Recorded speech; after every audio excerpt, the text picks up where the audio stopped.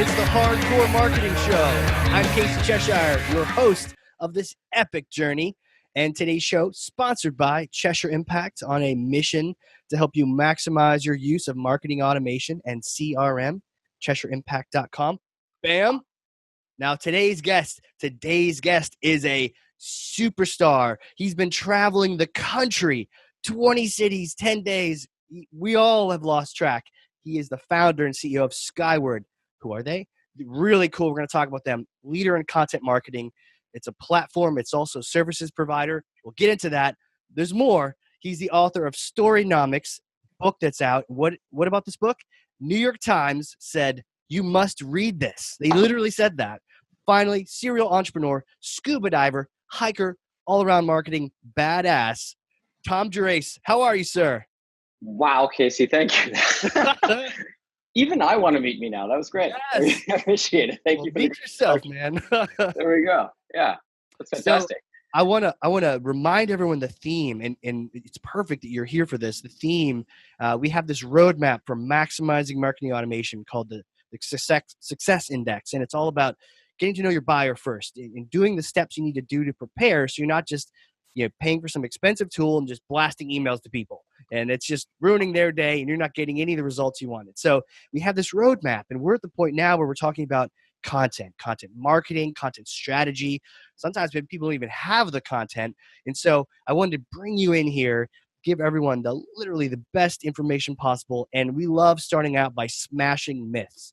Sure. What kind of marketing strategies are out there you're seeing, especially around content creation or content strategy, that just annoy the heck out of you? It's like that kid behind you on the flight and you're just like, no. So smash them for us at the beginning. What do you got? Yeah, Casey. So I think, look, if we're coming out of the gates, the first myth that we have to smash is that it's business as usual. As human beings, we're really bad at sensing when seismic change is coming. We kind of expect the world to go through little ups and downs and be within a certain limit, and we can handle that. We can manage that change. Life is in balance. But we're really bad at detecting when there's been just a massive change to the rules, and life's going to be different after that point. And we have just hit that massive pivot point in marketing. Interesting. Because, for the better part of 200 years, since Ben Franklin was a publisher in Philadelphia, if you wanted to build a brand, or if you wanted to connect with other business customers, the rules were pretty simple. You'd go out and you'd find the stories they love in newspaper, then radio, then TV. They were a captive audience there, so you could interrupt those shows and insert your own message. And with enough spend over enough time, you could earn brand awareness and brand affinity. And the same thing has been true, in the B2B space. We've been able to deploy these huge armies of BDRs with dialing for dollars formulas. Armies. And absolutely. And the armies have been just banging on the phones, and they are calling away. And with enough luck and enough perseverance over time, finally they were going to get somebody on the phone and be able to talk to them. Until now. Right. We have now had radical technological shift so that consumers on the ad side have the ability to completely opt out of advertising. They can block ads. Yep. They can ignore them and switch to another device when the ad is on, or most commonly, they're paying a little bit of money for ad-free content. Last week, Netflix announced that they hit an all-time high. Their stock hit an all-time high because they hit 125 million subscribers that are watching more than 50 billion hours of completely ad-free programming a year. Yeah, I'm there. Yeah. Yeah, me too, every night. And on the B2B side, yes, to Netflix has become a verb, right? So on the B2B side, multiple verbs. The same way, right? Yeah. When's the last time you picked up a cold call when you picked up a phone call where you didn't recognize the number coming in? Right. I mean, seriously, ask yourself. Yeah. Unless you've got a relative in the hospital, which is the only reason I find myself doing it in the last year, I will let it go to voicemail. And if it's good, my voicemail says, if you want to call me about whatever you're calling about, or email me, please. Email me. Yeah. Yeah. Don't make me clear out my voicemail box. Right. And that's a huge problem, because if sellers, if businesses that used to use these modes cannot connect with their customers like they used to, this is creating a real crisis. We know it created a crisis for the marketing shops. We can see their revenues collapsing. And we know it's creating a crisis for the direct mail shops. We can see their revenues collapsing. But what hasn't happened, the corrosive effect that is not obvious perhaps to your audience yet, is that they are losing brand awareness and brand attention. And that's going to take longer to develop. But these brands that don't adapt, that don't change how they're connecting with their customers, are going to fade as challenger brands replace them.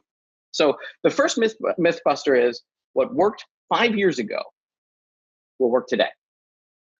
The second thing is that if we accept that premise that we have to change and that we need to go in a completely different direction, well, then obviously the question is, what is the next way we go and succeed? Right. And if advertising gave us a 200-year run, what's going to give us the next 200-year run? Right. And we believe it is through original storytelling. That is, brands creating unique and valuable experiences for their customers that hook their attention, hold it throughout the piece, reward that attention when they're done, and cause them to do, try, or buy something new. Or if it's a brand related piece, think differently about that brand. And to succeed, I'd say one of our mythbusters number 2 is that you have to actually create those experiences. A lot of marketers are out there saying, can we get away with licensing some content created by media brand A, license from media brand B, license from media brand C, pull that stuff together, and simply curate that content. Right. And they want to do that because curation is easier. Right. They recognize there's a problem, hopefully. Right. And then they're like, well, maybe I could just outsource, or not even outsource, just go and repurpose content from other people. It's not really even mine. But that way we're not being quiet. We have something to say. So we have something, because look, we both know that marketing automation is a content hungry machine. Oh yeah. And if you don't feed the machine gets angry and it starts sending repetitive junk out to your customers. So you have to. He's grouchy dude. So marketers are really under the gun to try to create useful stuff for their customers. Yeah. But the mistake that curation makes is really twofold. The first thing it does, and philosophically the thing that it does that is most damaging, is that instead of differentiate your brand, the primary goal of marketing, it conflates your brand with everybody else who's curating in the exact same way. So, if you don't have something unique to share with your customers and you're just pumping somebody else's stuff down your pipeline, and your competitor sees that you're doing that and doing it successfully, they're going to do the same thing. And then all of a sudden your customers will be like, well, gee, brand A and brand B are giving me exactly the same thing. Don't know any difference between them. And so what you have done is the exact opposite of what your main goal was, which is to separate those out and show your customers why you're more valuable. Right. You wanted to stand out and show that but instead you're just blurring that brand. You're diluting it, and you're pushing that thing that you're just one of the other people, one of the the other people. You're the opposite of standing out. You're just sort of backing away into the crowd.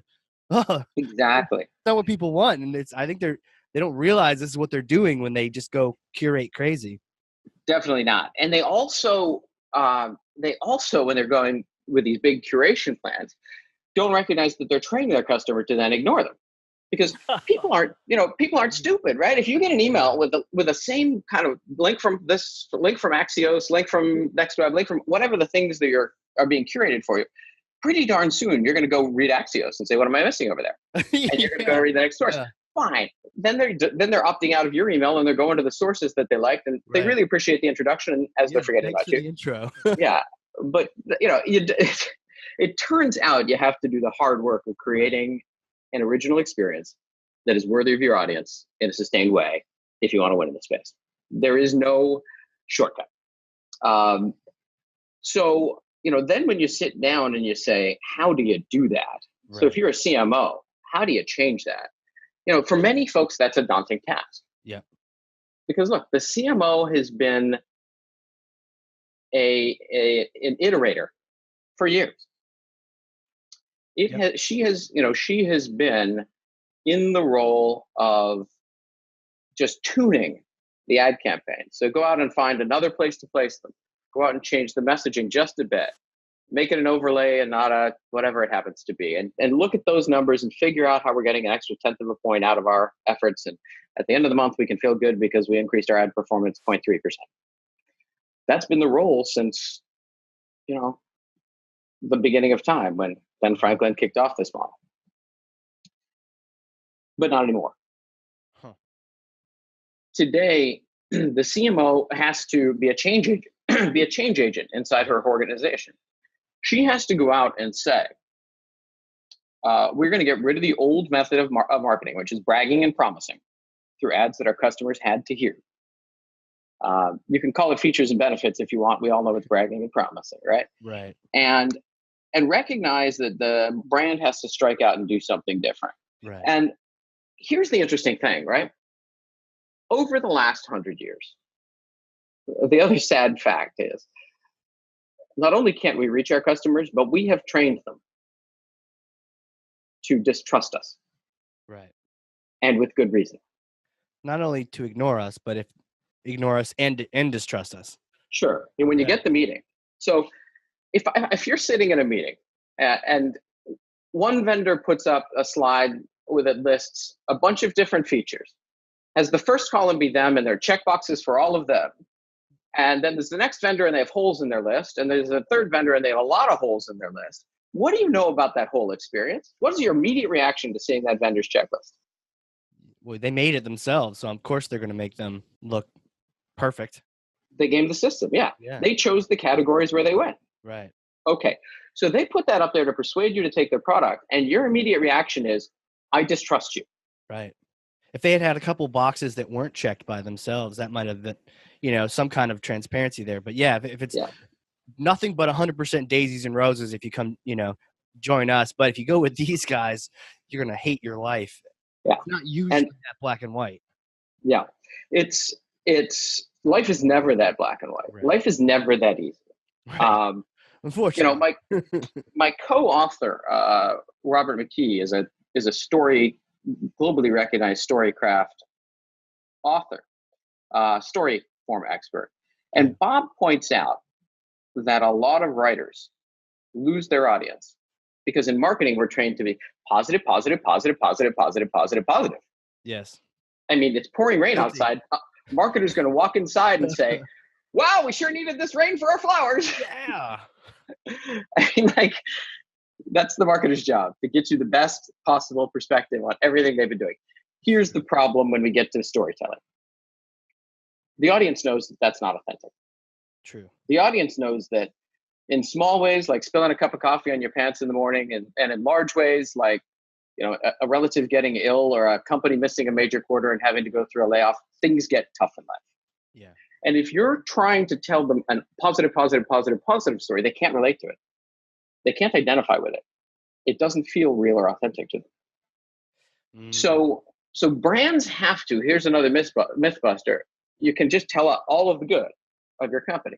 Brands have to acknowledge what we call the negative floor, that life goes out of balance to the negative sometimes. Not because your company did something wrong necessarily, but just because your customer's life is not a happy bed of roses as they're walking along the street.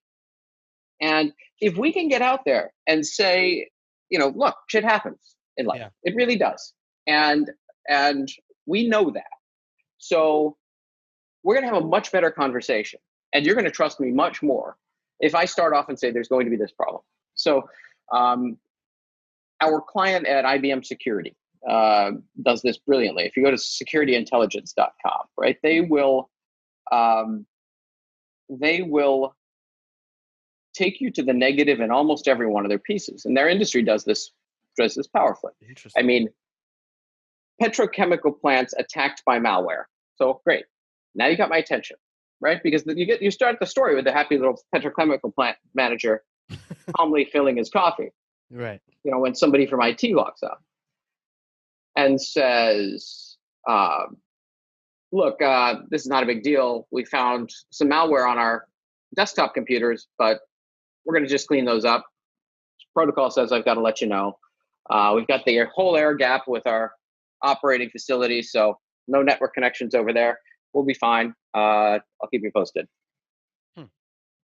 Guy turns around, walks back to his desk, and before he has his coffee on his desk, in walks the next most senior IT person and said, "Hey, we've got some bad news. Oh no.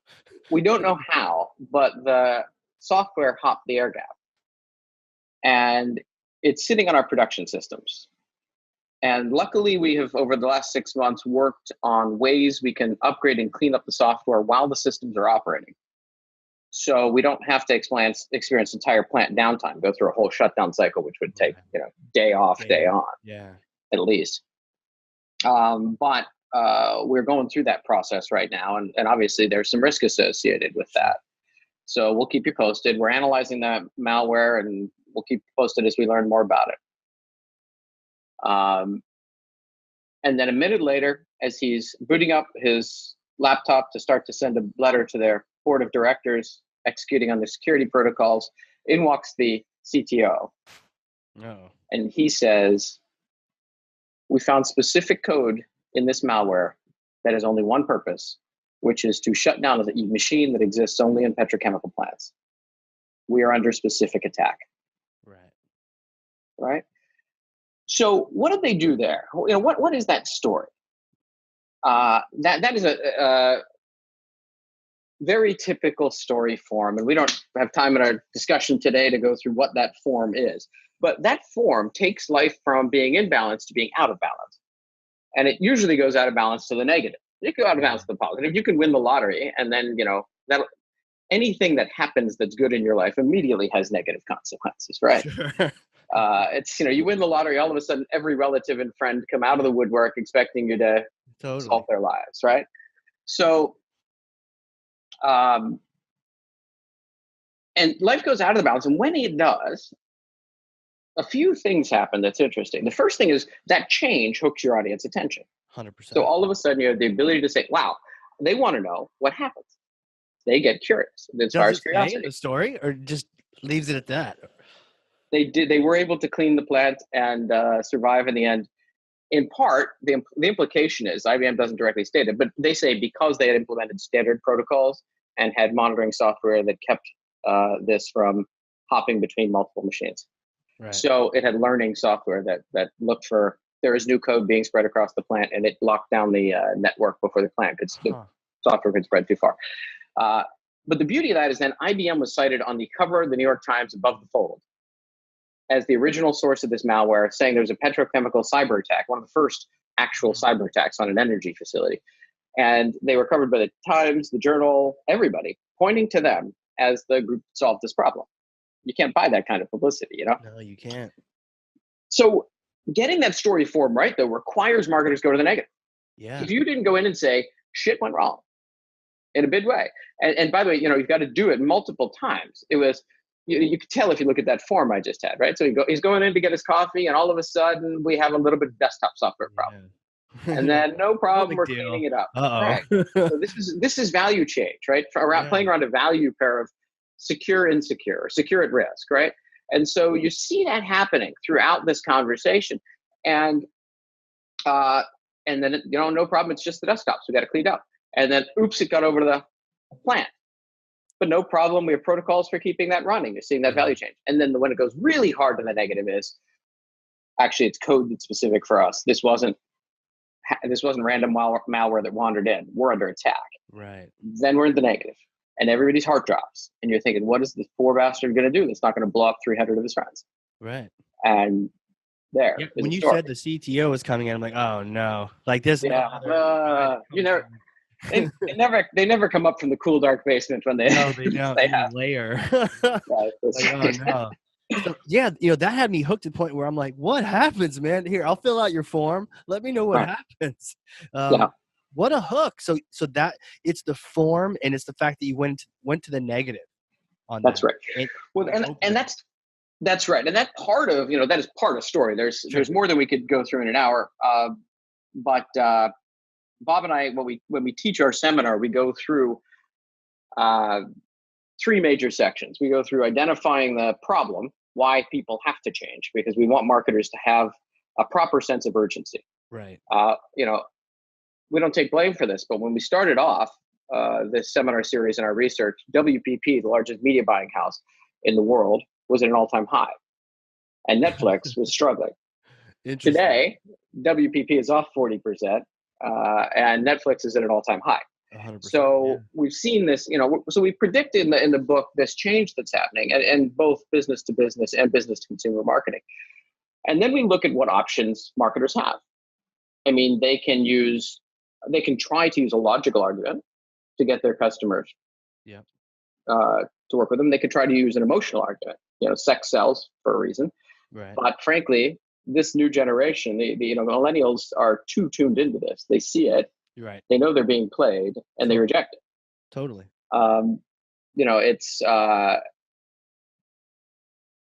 It's obvious. And so now story, though, is pretty unique in its power when done well. I should make that caveat: when you tell a good story, because story is actually tied to how our mind works. It's tied to how the human brain functions. Sure. We are story making and storytelling machines. We use it for our survival. When you got up this morning and you were thinking about what clothes to put on, you told yourself 3 different stories. I'm doing the podcast. I need to look like this. I got a date tonight. I need to look like this. I got to, whatever the thing is. And if I wear this outfit, that's going to be that outcome. And you select the outcome that is likely to bring you the most pleasure. Because in the end, we're going after pleasure and trying to get away from pain. And I've got the Chesh wardrobe on. This is fantastic. It's like the Steve Jobs sneakers, jeans, and chest shirt. It's like my That's excellent uniform. But I told myself a story. I was like, I'm going to do this. I'm going to nail this podcast later on today. Yeah, absolutely. Yeah, exactly. You do it. And you do it. I mean, probably even making a decision, you might tell yourself 10 or 100 stories. Sure. Should I take this right turn? If I take this right turn, there's going to be traffic down on that corner. Should I, you're using storytelling as the decision-making engine of your brain. So story is really powerful as a way to connect with the human mind when you know how to do it well, because there have been a bunch of studies. My favorite is out of Princeton. Yuri Hassan is looking at how the brain reacts to storytelling. And what Hassan is finding by measuring using a functional MRI or fMRI, instead of taking a snapshot of your brain like an MRI does, it takes a video of your brain. Right? Continual, So he can see what centers of the brain are lighting up when people hear a story. And he compares them to the centers of the brain that light up when people haven't actually experienced. The story is told that out later. And it turns out it's shockingly similar. Brain reaction to storytelling as it is. I believe it. Because we picture it like I'm there. Yeah. Have the CTO walk in. I'm at my desk at the petrol plant. Totally. Got it. And that's exactly it. You begin to empathize with that character. And they're selected for reasons that's true, right? If back in our cave days, somebody had come running up the mountain and said, "There's a saber-toothed tiger right behind me," and you had not had the fear, the experience they were having, and that wasn't covered by the story, you might have thought, "Oh, neat. I haven't seen a saber-toothed tiger. Maybe I'll hang on and check that out." Yeah. Evolution helped us out with that one. Those people aren't around anymore. Like, that's saber-tooth. I don't know what that is, but I'm sure it's fine. Exactly. As the tiger's picking his teeth with the bones and yeah, exactly. So we picture ourselves there. The brain responds almost the same way as if we were there with a good story. Yeah, and when that's done well, when empathy is set up well between the reader and the protagonist of the story, what ends up happening is that, as you are cheering for that protagonist, you are in fact cheering for yourself. Yeah. You start to say, I want that person to get what they want, because that is a person like me. And therefore, you're going through the ups and downs of their adventure as if you're having that adventure yourself. And that is what creates the emotional dynamism of the story. So if they are going through a moment where they are on track to get that object of desire, then you're going to feel pretty good. Your emotions are going to be climbing. You're going to be feeling some elation. And then all of a sudden something goes wrong. You get to turn to the negative, and you're going to be like, "Oh God, no. Yeah. It's that is why stories create emotionally resonant experiences. Now you flip to the other side, and of brain science, and what we recognize is what the brain stores are moments of change, because our brain can't store every experience we're having. We can't have a long running videotape. We don't have the memory. So it's going to store moments of change, and whether or not those had pleasurable or painful outcomes. Right. And so we forget so much stuff in our day that, if I were to ask you, did you drive to work today? Yeah. Were you stuck in traffic? No, not too bad. I'm in New Hampshire. You should yeah, you're doing 95 miles an hour. All right. Yeah. So, the funny question, I'll ask somebody at a seminar at 9 a.m, what the make and model of the car they just followed for 45 minutes was. And nobody can remember. Not even close. Yeah. I'm like, but if you'd hit that car, you'd remember it 3 weeks from now. Totally. Because there had been a moment of change that you recorded to the negative. So the brain focuses on elements of change, and then it stores as memories, and this is tools for survival, those value charged elements. This was good or this was bad, as part of that memory. Now that tells us a couple of things, Casey. The first thing is all of our memories are emotionally charged. Oh, 100%. Yeah. And makes sense. So we like to think, especially in a business sense, especially when I'm out figuring out what next piece of software to buy or whether or not to sign that purchase order, that we make all of our decisions rationally. But we don't. Yeah, my wife would tell you otherwise. Yeah, we don't. Yeah, exactly. And your wife and a researcher named Antonio Damasio out at Caltech. So you should put them together. They get along. Both Italian. See? There you go. Then they get along well over some good food and, some light Italian wines. Cappuccino. Yes. See? So what he would say is that when we go to make a decision, we then pull. Our brain is incredible at pattern matching. Mm-hmm. So we pull all of the related decisions we've made. And we have to do this in an instant, right? Because if you see saber-toothed tiger number 2, you don't want to have time to think, well, that's a pretty cat. I wonder what I ought to do. You need to know to cover or flee as quickly as you can. So you form an instant gut based on the whole history of your experiences, and that is your gut reaction. That is what we experience as our gut reaction. I don't know about this. This is definitely the way to go. I trust these people. I'm going to go this way. I've had good experiences here. Right. And that decision making is largely driven off of this emotional reference center. Well, to bring it full circle, if a story can make your brain react like life makes your brain react. Now, this is the thing that Hassan is studying at Princeton has not yet proven, would tell you he's not yet proven. It needs a lot more research. But if stories effectively can write to the reference base of your brain, then storytelling is unique among all forms of marketing in its ability to affect how humans think and behave.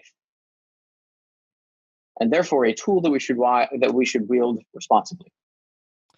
100%. Used for good, not evil. You bet.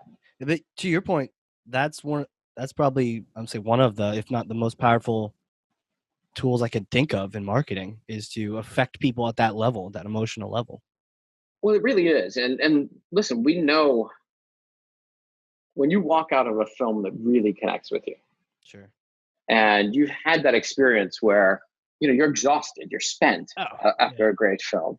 Yeah. But you can find moments in your life when you're thinking about the world differently because of that movie. You will live your life differently. You will make different choices than you would leaving that film. Do you have? I don't remember. Do you have one recently? I had a.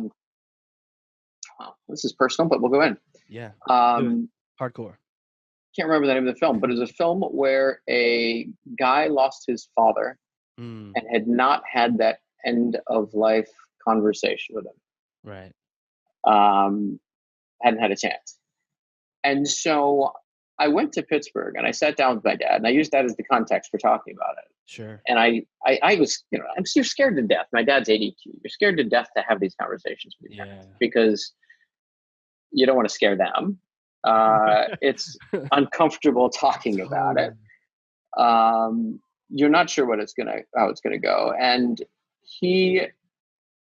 I started to bring this up, and he stopped me and he said, I know where you're going, and let me help you out.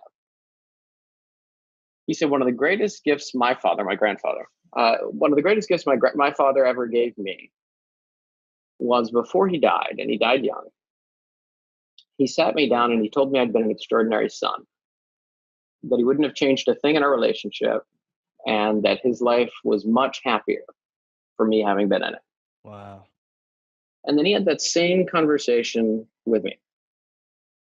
Now, I can tell you that's without a doubt the most meaningful conversation I've had in my life. And I will remember it. It will give me comfort when I have to say goodbye to him, a lot of comfort. And it's a story I've repeated to a few folks, now to you and your audience, because I think it's such a beautiful thing you can do in life, which is while somebody is alive and healthy,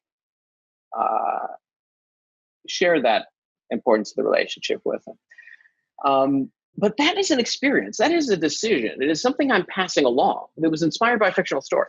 Right. And it's changing how the most important interpersonal relationships of my life work. Right. And that's power. That's power, it's right? so powerful that, and little did those movie makers know. You need to find out what movie that is too. Yeah. Little did they know that movie had such an impact.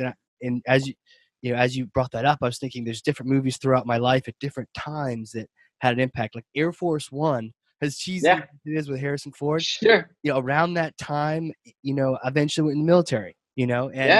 And all these different decisions. And actually, just recently, I don't even see it behind me. The Greatest Showman, awesome movie. Rotten Tomatoes critics, you guys suck, but great movie. And to me, though, it had a profound impact. Have you seen it? P.T. Barnum, all that kind of. No, I want to. Yeah, I remember it came out. Really cool, and I didn't want to see it, but my wife was like, "Oh, come see this." I'm like, "Actually, yeah, let's try it out." I realized at the show that my ideal career would to be a ringmaster for a circus. It was like the perfect combination of cheese, over the top, and fun. I was like, I need to be a ringmaster. That's great. But yeah, to your point, different movies and some have those deep, profound effects. Some have just inspiring. So even now, before every show, before every podcast, I'll just listen to that music to remind me to get back into that mode and put my top hat back on. But it's those kind of things that either inspire us or motivate us to take an action, like you did. It's amazing. Or to think differently about our culture. I mean, I don't know if you remember Philadelphia Story. Yeah. But before that film, people with HIV/AIDS were pariahs. Oh, yeah. I mean, in America, that was not talked about. Nope. People would just retire from work. Controversy. Yeah. People died of complications related to pneumonia. Yeah. They wouldn't even put it into their obits. And all of a sudden, through a love story, they changed how we experience a disease. And the cultural change was unbelievable. It was overnight. It was overnight what happened due to that film. So look, great stories change the world because they change how people think and how they act. And that's the good news. I want to get back to your question. I'm quoting you on that one. That was really good. But the challenge is how to tell a great story and how to tell a story that has the effect you want, because Bob is a master. I'll see if I can find it quickly. But Bob, so what you need to know about Bob and the research that goes behind this book is, Bob's 78 years old, and he started off on the stage in Broadway, and then went through a few years at the Old Vic as an artist in residence. I mean, he gets this stuff. Yeah. And then he was drafted by UA to fly all the way out to LA, where he spent most of his career, helping them identify viable scripts. And the way Bob would tell it is that he would get a script that read, he'd open it up and he'd say, wow, the language is beautiful. And the characters are rich and deep and well described and differentiated. And it's got a good opening scene. And then the story sucks. And he said this would happen and happen and happen. But he said, but if you got to a book where the language was just okay, the characters weren't really fleshed out at the beginning, Right. but the story hooked and held your attention, and at the end you thought, God, oh, that was so worth it, and it rewarded it, the rest can be fixed. And so that script was highly valuable. So Bob went out and said, look, is there a way to figure out the essential form of story? Right. And to teach that form, like we teach painters to paint with perspective, or to use light differently in their painting. And Bob created that essential story form. Jeez. And we published it in our book. And he teaches each of the different elements. It's 8 different elements of story building. And this book is Storynomics, right? Storynomics, yes. Awesome. Yeah, Robert McKee. Awesome. And We'll put a link to the show notes for everyone too. Thank you. But the reason that's important is that great stories do have a form, and understanding that form helps you tell stories. So when we said that the CMO has to go from an incrementalist or improving on a theme to being a change agent, what she really needs to do is to go through and develop a marketing approach with story at the center instead of ads at the center. Story at the center. Story at the center, man. Oh, I love And then instead of thinking about it vehicle by vehicle by vehicle, what are we doing through our marketing automation channel? What are we doing through our telemarketing and what are our scripts? What are we doing through this? What are we doing through this? She needs to come in and say, all right, here are our brand stories that are meant to establish our brand as beloved in the minds of the market. Bob loves to quote the Havas study that the numbers vary year to year, but effectively says that if 95% of brands went away tomorrow, 95% of people wouldn't care. And that's so true. It's even more true in B2B because we don't build love for our brands. I mean, the brands that we love, you think about it, like I would care if Apple went away. I mean, that brand has an emotional connection with me. I would care if Google went away because they make my life a lot easier. We can go through and name these brands, but again, they're a fraction of the thousands of brands we get hit with every day. So how do you become a brand that matters to your customers? And then how do you apply story form, same form, but apply it differently to drive demand gen or lead gen? And how do you do it to close a sale? And that story application is going to be really important because as you're putting these things out into the field, you're going to actually want to train your teams to do it well. So the CMO's new role is not overseeing major campaigns and events for the company. The CMO's role is showrunner. She has to get in there and recruit the orchestra of creatives and storytellers, come up with the macro strategy that aligns with her brand and what the brand wants to be in the field and who the audience of that brand is. Tell brand stories that connect. Now, people think that Red Bull lucked out and picked out the extreme sports stuff that guys just seem to flock to. Red Bull didn't luck out. They started off by asking this one basic question: what do our 15 to 25-year-old guys love? Yeah. And then, since we can't do what they love between the hours of 11 and 3 in the morning, what do they love during the day that we can provide to them as a safe brand? Right. And then they've got an answer about the stuff their customers want. And then they became really good storytellers, really good, consistent producers until they are now the leading producer of this stuff in the world, leading extreme sports publisher in the world, surpassing ESPN. 100%. Syndicating content back to ESPN, who airs it for free with the Red Bull logo on the signs and on the booths and on the bikes, behind. That's beautiful. So it's incredible. It's incredible. It's brilliantly done. But Red Bull didn't go out and just say, what stories should we tell? Right. Let's get out there and do it. They understood their customers. They understood what they wanted. They understood the story form and the core value that is at play in those stories. So how they understood how to apply those stories. And now they've done it thousands of times successfully and built a global multi-billion-dollar brand by doing it. Wow. Jeez. So, you have a seminar too. We do teach this is multiple days, or how does that all? It's a full day. It's 9 to usually ends up around 5:30 with Q&A. Just one day? I could see, Well, heading off to a sweat lodge for a week and learning about storytelling. It's really, it yeah, seems like actually, it's I don't want to say secrets out there, but it's a no brainer, but it sounds like there's more to it. I'm sure Bob has, plenty of things in his head he'd love to share with someone over more than one day. oh, well, we do custom days for businesses. Sure. So the challenge we've got is the companies will only pay, you know, for the seminar and a night at a hotel. They don't want to run up a $4,000 training bill for an employee. So, that's always the edge. Not most companies. Yeah. That's the edge, right? Especially if you go to your boss, who's a hard-nosed, finance guy, and say, I want to take a course on storytelling. They think cookies and milk and don't get that this is transformative for your business, right? So, we've got to get the word out into the street. But right now we teach a full day on storynomics, and that is cool. Identifying the problem and why you have to change so that you're armed to go back in and explain this to your company. Explaining the options that are not story, and why they won't work anymore. Explaining story and how it fits with the mind. And then looking at the specific applications and different application of story for branding versus demand gen, lead gen.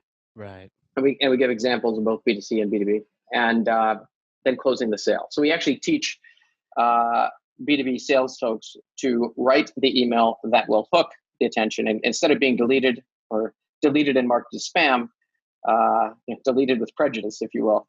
Tell them how to write an email that will get the attention of their prospect.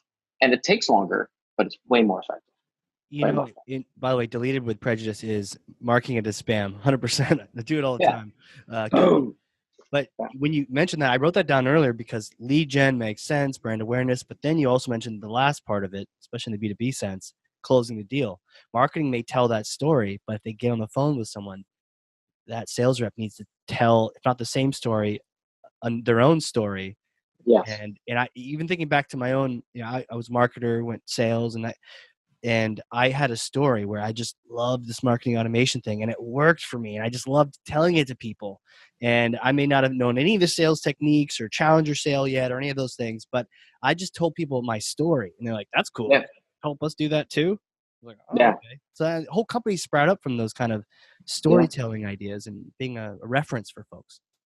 Well, that's right. And what you were probably doing, and look, we're innately storytelling machines. We get it beaten out of us in school. That's true. They're saying, don't tell me a story. Don't tell me a story. Write this essay in the structured format. In third person, unemotional. And I want you to present, just the facts. Okay. But the facts don't speak for themselves, right? It's, the facts give you the how. The facts give you the what happened. The facts describe what happened. Story tells you how and why what happened. Right. And in the end, that's more important to all of us because as a living organism, we want to either achieve that thing. If facts tell you there's pizza in the room, right? The story the person tells you is going to be, you can or cannot get that pizza. And if you can, here's how. That's the fact. That's really what you want to know. How do I get the pizza? Yeah. So, the fact that what we end up doing with the sales stories is really important. And so marketing branding stories can be outside we'll never mention often the product. They'll be outside the brand's area. So Red Bull is, to carry the Red Bull example forward, there's not a can on their website. They don't talk about energy beverages at all. What they do is connect with that energy that is created when you go from panic to elated is the value pair they're playing with. When somebody is at risk, the moment where they go victorious. Because if you're identifying with this snowboarder that's coming up on a crazy jump, never been done in the world, they could lose a leg if they don't do it, you feel that holy crap moment and building up and bam, they hit the jump and you're like, oh, I can't believe this is happening. And they nail that jump and bam, there is that incredible energy. And as soon as they pull them up and you're starting to see them celebrate, boom, the Red Bull logo's on the screen. Your brain writes that memory, Red Bull logo, and the emotional charge of hell yeah, we just won. So when you go to reach the cooler and there's Red Bull, Amp, and Monster, of course you reach for the Red Bull. Yeah. It gives me that lovely, buzzy feeling I love. And it's tied to every story they've told me. So marketing brand stories can sit up here and never talk. They don't talk about drinks, refreshments, nothing. They talk about the thing that aligns with the central value of the brand, core value of the brand. Demand gen stories do get a little bit more on the nose. Those stories are typically going to be told about a prospective customer. On the nose, A little close to your typical customer in your industry. So usually they're going to be set in your industry space or in your customer's home or office or something like that. And life is going to go out of balance for that customer with some kind of incident. We call it an inciting incident in the book because it really incites action in the story. And that is going to force the customer to form in their mind some idea. We call it the object of desire, that if they achieve it, they will be able to get balance back in their life. Because in the end, we really want to leave lives where we are pretty much in control. Right. People think, no, I want joy all the time. And I say, I will put you on a yacht off of St. Bart's, drinking and dancing with models. And I promise you in 2 weeks, you will be begging me to send you back to your living room in a cool, dark room where you can watch Netflix and put down the champagne. Guaranteed. Interesting. I know a lot of people would like to try it. That'd be a cool TV show, wouldn't it? Yeah. Exhausted by the Party. Yeah. That's a good name. Exhausted by the Party.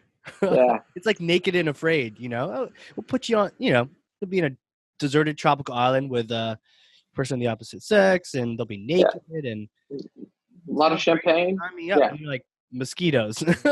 Right. Get me out of here. And what you just did there to make it interesting, you took it to the negative. I did. Yeah. Mosquitoes. See? Mosquitoes. That's what there you go. Fun. That's what makes it interesting. Yeah. Unless they're running across, fleeing from something, it's not a fun story. Does that tie into even, how the news, all they do is the negative? And it makes me actually want the positive from the news because they're always so negative. But yeah, they do. Yeah. I would say they always do negative because they get views from it, Yeah, and we respond more to threats of pain than we do promises of pleasure. I don't remember exactly which book, but it covered in depth that we suffer twice as much for every dollar we lose in the stock market than we get pleasure from every dollar we make in the stock market. Sure. Totally irrationally. But, losing something feels way worse than gaining something to us. 100%. I bought Tesla on principle, and principle cost me $500, but I'm still there. Keep it, man. Take us to Mars. Quickly, please. Yeah. So the stories as you're getting down to the sales side, your sales folks are going to tell a story that is really in the customer's world. Yeah. If it's a well-told story, I mean, think of this. Instead of sending those emails out that read, Dear Casey, could I get 5 minutes of your time? My product does X, Y, Z in the industry, and I think you'll really like to hear about it. How about I schedule a call with you? I'll ask when we're presenting our seminar, who is going to respond to that email? And no hands will go up. And then I will ask, who here believes that your sales force is sending those emails? Exactly like the one you just said you weren't going to put up, and every hand goes up. Okay. As marketers, it's our job to change that. We've got to tell them that's a problem, explain why it's a problem, and teach them a new way, and then show them the yield they get that's increased. So it is harder work. But we go out and we say, look, let's write a better sales email. So let's actually do the hard work like you would with a story of getting to know our customer in their industry. Right. Let's know what's going on in their customer's mind. Let's understand what threw their life out of balance, because they're a lot more likely to respond to doing something different if their life is in fact out of balance, positive or negative. And then let's craft a story that goes and acknowledges that and shows them our way out of the hole. So it goes something like this. Dear Mark, I saw you on television last week, and I think you did a good job in front of the Senate, despite what I'm sure were very stressful and difficult circumstances. However, as you know, Congress is not going to let this go with a simple slap on the wrist. They're just embarrassing you in front of a panel of people that don't understand technology or Facebook or the data you're collecting at all. Right. Legislation is coming. And we know you have lobbyists. They're going to be out there to shape that legislation, but that won't be enough. We're going to, we're in a moment of overcorrection. And as you might expect, this could have a massive impact on your ability to collect data, to use data, to share data with your partners. That could affect the Facebook business model and ecosystem for many years to come. We have a technology that enables you to gather the same information, run it through machine learning, lock in the same recommendations for your users, but never go backwards to figure out what data was held about that user. We can keep the data and the recommendations totally isolated. Wow. And protect your users' privacy 100% while still having the same business impacts you seek. Can I get 5 minutes of your time? Do you think about that email? So you went in and you specifically talked to your prospect instead of just, hey, before you ask them for their time, right? I picture that like everybody who's on the street saying, can I get $1? Can I get $1? Yeah. It's That like is an exactly the same thing. yeah. It's like, yeah. My time is the only precious thing I've got. Like if I had unlimited time, I could do everything. I could be literally, I could learn to surf, learn to, farm. Yes, you can have $1. Yes, my empire is behind me. Let me get you $1. But we have, the only truly limited commodity we have in life is time. 100%. And so when somebody asks you for it, they're asking you for something incredibly valuable. True. And so the reason you say no is because they have given you no idea of value exchange. But if your sales force goes in and says, hey, I understand your life was just thrown out of balance. Okay, they've got your attention. And this is different. Normally, salespeople write with all rosy things. Interesting. Yeah. So, all right, now you've got me on the hook. My life is thrown out of balance, yes. Or you could say your competitor's life was. Your competitor just was fined $1 billion for, if you're in the banking industry, you could write the Wells Fargo story. Wells Fargo was just fined $1 billion for fraudulently creating accounts for customers. And I'm sure that felt like a point issue at a single company. But were you aware that you have hired 300 Wells Fargo employees since that problem began? And this may be part of your culture, right? Now you've got the attention of this person. So you go in and you figure out the honest to goodness facts behind their business. What's gone off the rails? And then you begin to coach them through what they have tried to recover to do, why that will fail, what they might do next time, and how you can help them succeed. Then they are highly likely to take that conversation with you, at least as an information gathering call. And then it's just your job to close that sale. So those sales stories, when they get, again, think of it at the beginning, Casey. We talked about curated content. Well, the generic sales email is like curated content. Somebody in marketing wrote it, and I'm sending it out to 150,000 people. Totally. And they're all, 149,500 of them are flipping me off in their heads. But it's almost like we're treating it like one of those African diamond scams where they send millions of spam emails out saying, just give me $1,000 and I'll be able to give you millions of dollars in African diamonds. And right. Some of the emails are poorly written, and some people have suggested that it's on purpose, because anyone that still responds to the worstly written email ever probably missed the IQ gap or is somehow not understanding enough, and they might qualify to continue the conversation. It's like if we're treating our prospects the same way by sending them and we kind of are, if we're not really making a story in that email, we're just we're blasting it out there, hoping that somebody will respond and will play the numbers game.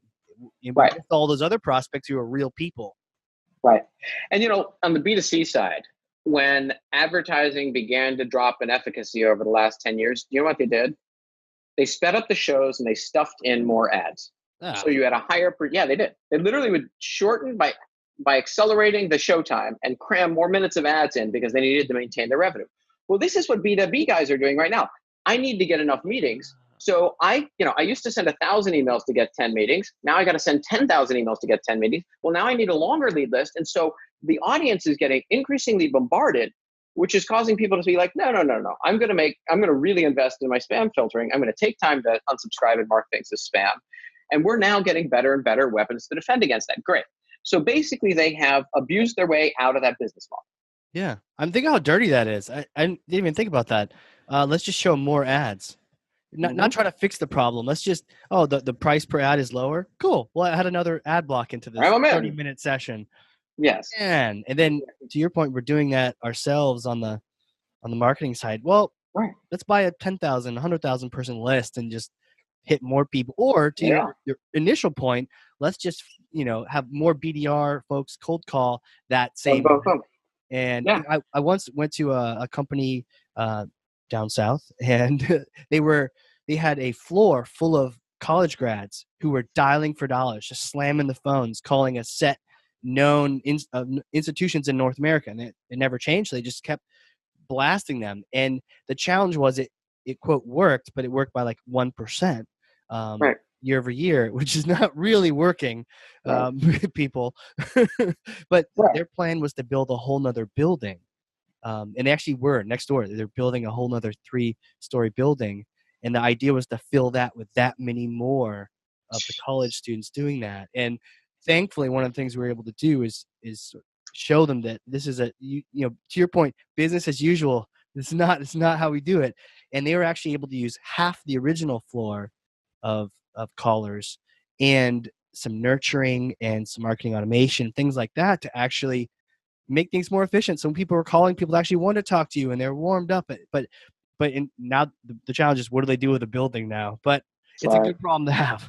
Yeah, no, it's good you changed that mode. I mean, and that's what we see. It is this tendency, like, okay, our customers are blocking us over here, so let's cram in a longer pre-roll ad over here, and let's do a screen takeover, or bring up a pop-up box that says you have installed ad blockers, so we're going to force you to take the ads in order to get our revenue. Okay, I understand media companies need revenue, but let's listen to the problem. Your customers are feeling your ads are intrusive. They no longer want them interrupting the experience. So you saying we're going to force you to do that as your navigation might be the wrong answer. How about a micropayment that says, get this ad-free for 3 cents, and figure out how to get the micropayment working? I mean, there have to be other ways. Or, you've read 10 articles, you've actually paid for your subscription. So we're going to give you the subscription to the whole magazine this month. Next month, you can decide whether or not to go back to article versus reading the thing, but you're obviously reading this stuff. Right. I mean, there are different ways to do it that are looking at the customer's goals and not trying to just force an old school business model down their throat. But I even think about some of the trappings, the latest marketing strategies, and obviously we can get distracted by shiny things, and we're trying to, at least on our side, make sure that on the marketing automation side, you actually fulfill the dream of the original tool. But there's things like ABM, is everywhere. But we've been doing that for a while, but it's now back on the top of our minds. But I was just thinking, as you were saying that, it doesn't matter what strategy you're using. If you're doing brute force trauma, even if you're doing brute force trauma to one person, because it's an ABM strategy, if you're just doing that horrible sales email we just talked about, it doesn't really matter. You have to have the story central to the whole thing. Yeah, you have to. Cool. And you got to do the research about the individual customer if you want the result you want. You'll get a multiple of the deal. So that was my other question. So how do we get the stories? Is it the interview? It must be the interviews, but that just seems like the challenge. Where do you get those stories from? Yeah, it's a great question. So when the marketer is moving into this new mode, the first thing she needs to do is to create their content strategy. Okay. And that's going to look at all the different channels and all the different divisions and all the different languages where this brand happens to touch its customer. And then she's going to say, look, I want to allocate my budget so that, she'll slice and dice it on different axes, right? From a macro perspective, 30% is, because we're a pretty well-known brand, focused on branding, 50% on demand gen, lead gen, 20% on closing the deal. Right. Fine. And then I'm going to slice it and dice it where I'm going to go LinkedIn for a third of my budget, marketing automation and custom experience creation for a third of my budget, and whatever else. She's spreading it. Events. Fine. Sure. Okay. She documents that and documents it for the whole company to see. This because she's teaching something new. So as the showrunner, she's got to say, here's our new strategy. And she's no doubt worked with her team to create this. Here's what we designed. This is how we deploy our budget over the course of this year. And these are the stories we need to tell at this schedule. And the purpose of this is a high-level story that's going to make people feel something about our brand. This is what we want them to feel. So this is a branding story. And we're telling it on LinkedIn. Or this is going into a native campaign we're running on Time Inc. We're going to put that on our calendar, and it's going to be same thing. Or this is a lead gen story that's going to really cause people to download the ebook, sign up for the white paper, come to our webinar, Right. et cetera. So by having those allocations at the beginning, and then by documenting specifically and saying this is how we're allocating the budget, as she's doing that, as she adds each asset to a plan, she can start to see how she's allocating the segments of the budget she wanted to segment, and is the plan she's putting together actually lining up with her macro goal set at the beginning of the year. You can do this on a CMP. We hope ours at Skyword, but there are others in the market too that your viewers should check out. Once you've got that, that's a great plan. Okay, great. Now we know what we want to do end to end. Then how do you execute on it? Right. Because let's face it, marketers are not by nature storytellers. And we get people coming in from the best brands in the world taking our Storynomics course because they're learning a new skill. Because they have learned product marketing, or they have learned traditional marketing messaging, but that's all happy, joy. Yeah. That is, one ear out. they don't know how to. They don't know how to tell us yes, and it's very forgettable because there's not a moment of change that causes you to focus on that experience. So the next thing you do is have to recruit storytellers, and so you're going to want to go out and find inside your organization, probably, but a lot of outside domain experts, especially if you're writing on an area outside of what your business does, right? So IBM Security has a lot of security experts they use to write some of their content, but they also use a few hundred global security experts that are out in the field for universities and for other companies that are detecting stuff early because they want to be the journal of record for this stuff. Right. Data theft, hacks, malware, they want to report on it first. Colgate is a toothpaste maker. They know a lot about producing CPG toothpaste, but are they the right folks to write about wisdom tooth recovery? No, they don't have expertise like an orthodontist or dentist would on dental health topics. So we went out and recruited for Colgate socially influential dental experts who could write well. And we do this, brand after brand after brand. The marketer has to go out and get her storytelling team that is going to be able to execute on whatever strategies she's got. So go out and figure out the topics you're going to be writing on, and then go and recruit folks that are experts in those domains. That makes sense. And by recruiting experts, you actually do something really nice, which is when they publish under your brand, it builds credibility for your brand on that topic, right? So how did Red Bull, an energy drink maker, gain credibility as the largest extreme sports publisher? They partnered with some of the folks who were top in the field to tell those stories. Yeah. Right? They brought in the best of the best, and therefore the best of the best now is promoting Red Bull.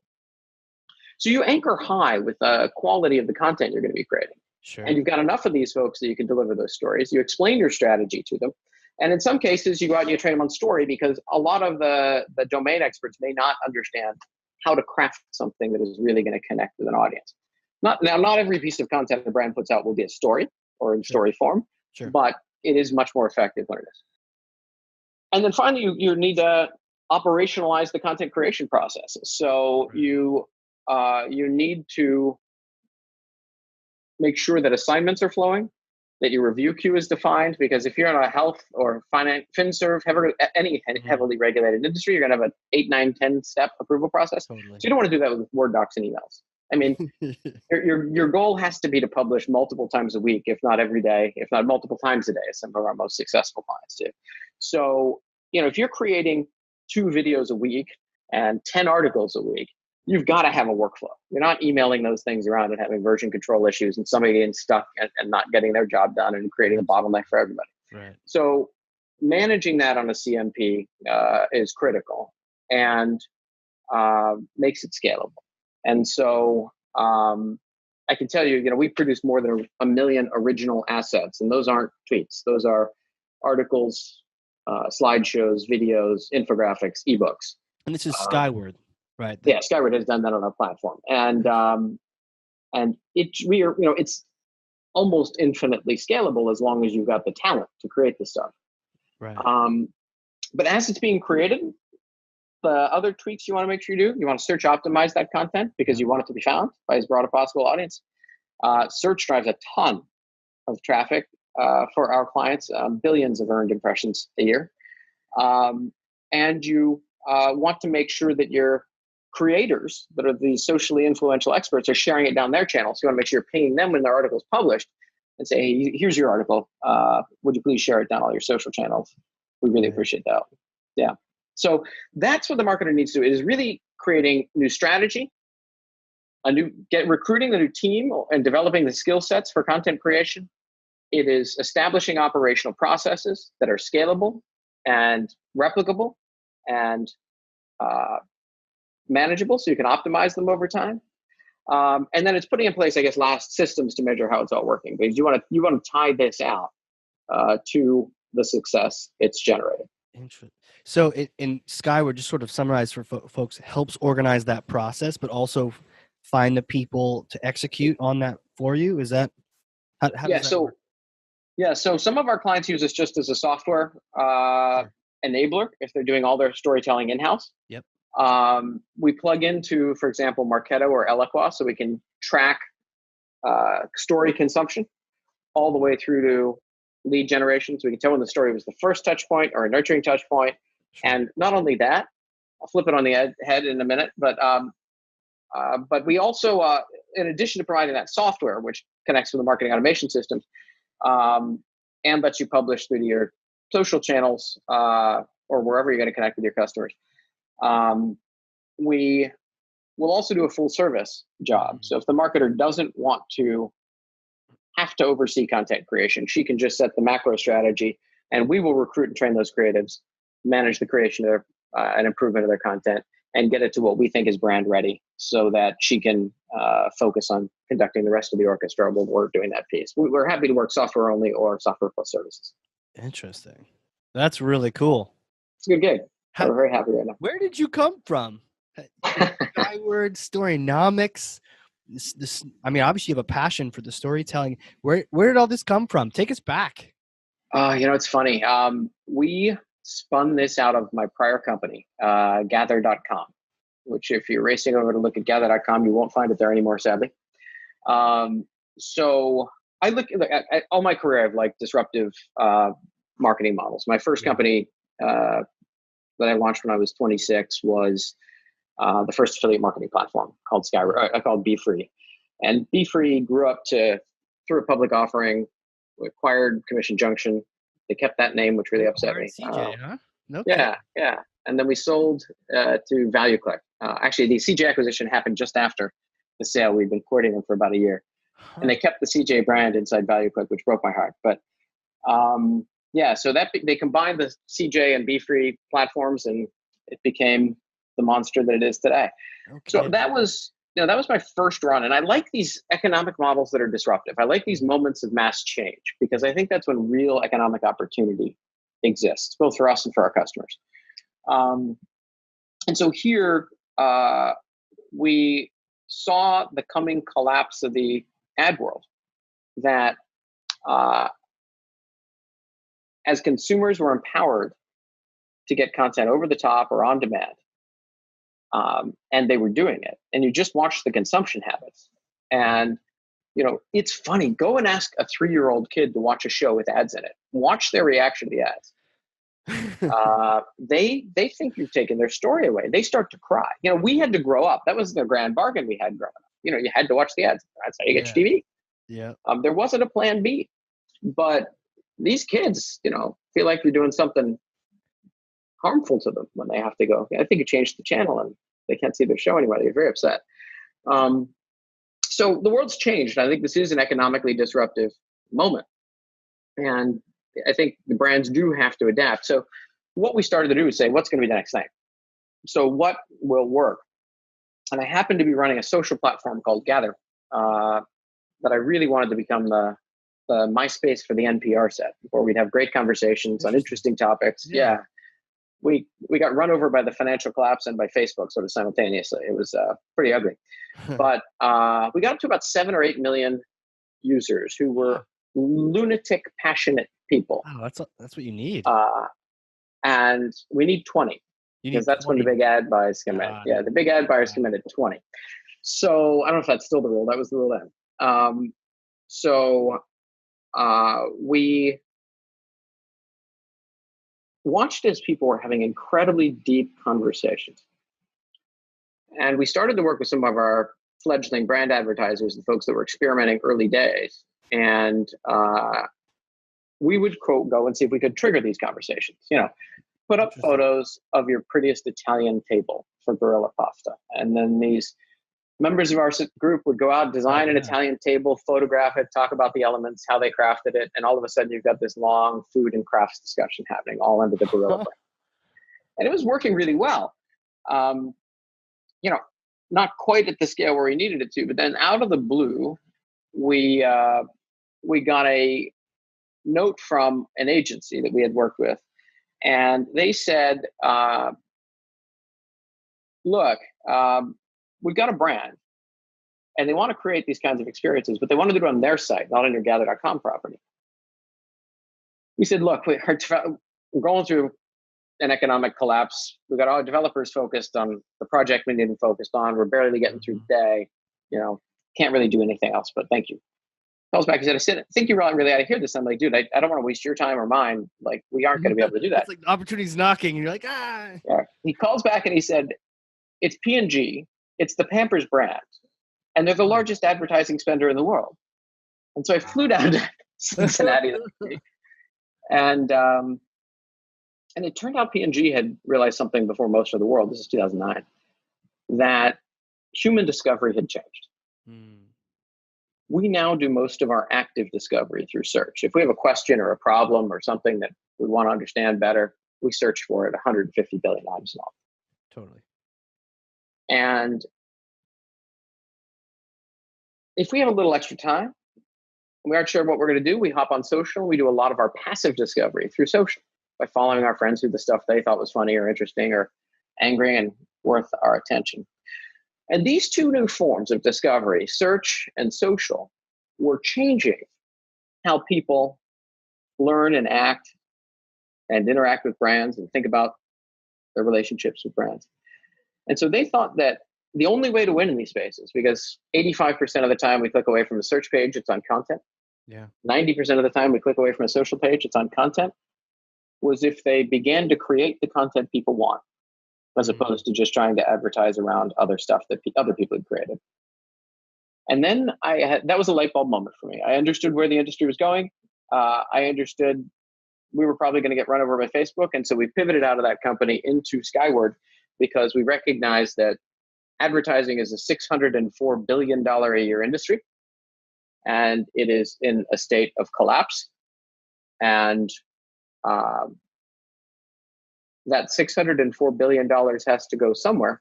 And we think it's going to be through sustained, extraordinary experience creation when it's done. Absolutely. The content people actually want to read. The stories people actually remember. Exactly. So let's get out and tell those. That's it, man. Awesome. That's the story in a nutshell. Jeez. Do you even have time? I know you're traveling around. Were you traveling for the book or was it for Skyword? Well, no, I've been doing both. So Storynomics is really thought leadership for Skyward. Right. In our case, Bob is a writer and teacher, so the seminars in the book are his bread and butter. But for us, it is much more of a thought leadership effort. So we've been introducing it. We did 3 seminars in the U.S. so far. We'll do a 4th in Boston in June, and then before that, we're launching with our UK, Russian, and Chinese publishers. So. We'll be giving our seminar simultaneously translated in Moscow and in Beijing in May. I guess it's a good reminder that stories cross languages. Absolutely. They cross, they're woven into our DNA. They are who we are. It's how When we think. they translate Harry Potter into, hundreds of different languages. Oh yeah. It's the story. And it is because story fits the mind in such a unique way. That form is how we record life. It is how we remember life, and it is how we navigate life. So that's why becoming a master storyteller can bring benefits inside and outside work. Well, this is awesome. So we've got a couple things coming up. We've got the event in June, but you also have an event for Skyword, right? You have a conference coming up? We do. Yes, we have our Forward event, and Forward and Storynomics. You can check out both at skyword.com/forward. That's skyword.com/forward. And Storynomics, you can link to from that site or go to storynomics.com. And if you buy both on the skyword.com/forward site, you'll get a discount for both days. They're back to back. And nice. We'll give you a chance to do the industry thing and then do the story thing in two efficient days. Yeah, which one comes first? The industry comes first? Forward comes first, yep. And that's because Storynomics, people are exhausted by the end of it. Are they? I was going to say, I almost want that one first, but you're right. If you're just mentally, the next day, just bad, man. Blubbering about story arc and people would just be laying in their rooms, cool compress. It's amazing. Bob teaches for writers, for screenwriters, a 3-day version of his seminar that doesn't look at the business aspects, but it is a 3-day far deeper dive into story. And then he will teach a day on long form television or a day on love stories as well, depending on the city he's in and whatever he happens to want to teach. So he is here you've got a 78-year-old guy who teaches Storynomics with me on the stage 9 to 6 by the time Q&A is done every day. Then gets up and does a solo performance from 9 a.m. to 8 p.m., 4 days in a row. Anybody who's been on stage realizes being on stage, holding it together, giving a good experience to an audience for that kind of a time is remarkable, period. Doing it at his age is just, miraculous. It's incredible. That's awesome. And he's a genius. He's an absolute genius. I've been very honored to work with Robert McKee. He's a very dear friend now, and every time I have dinner with him, every time I sit with Bob and his wife Mia, I learn a little bit about the world, and I think I know how to live life a little bit better. So that's incredible, and it sounds like if you don't get enough from Storynomics one day, there's other options. It's true. It's true. You can take it deeper. Take it 3 days. Take it. Oh yeah, and many people do. Many people go down. We'll take Storynomics to figure out if it's something they want to get, and then if they're going to do this for their career, they take story. Yeah, totally worth doing. That's amazing. It seems like something that not even just the CMOs, but those up and coming, you want to one day be that CMO, one day be that ringmaster or that showrunner. Yes. And if you're going to be the change agent. Yeah. A lot of CMOs just want to coast on the advertising and, kind of just get out on the old way. And somewhere behind them at that director or VP level is somebody who's saying, oh, that's not going to win here. So they can make their career, they can make their company successful, and they can establish their rep in the industry by jumping out and being the hardcore individual who just takes this and runs with it. Hardcore marketing right there. See the way I did that? I love it, man. Have to have you on all the advertisements, but no, wait. There you are. We're going to do stories instead. This is great. What are some of that, can people connect with you on Twitter? Is that a good place to, follow? I'm sure you're creating more content and more experiences. They love to just, learn from you. Absolutely. I'm Tom Gerace, so TomGerace on Twitter. I'm on LinkedIn, and I think it's the same short code, but it might be Gerace on there. But you'll find me. And Twitter and LinkedIn are probably the best places to follow me. And email, if they want, is just tom@skyword.com. See, that's how you know you have no fear right there. Just throwing out no fear, man. On a you know what?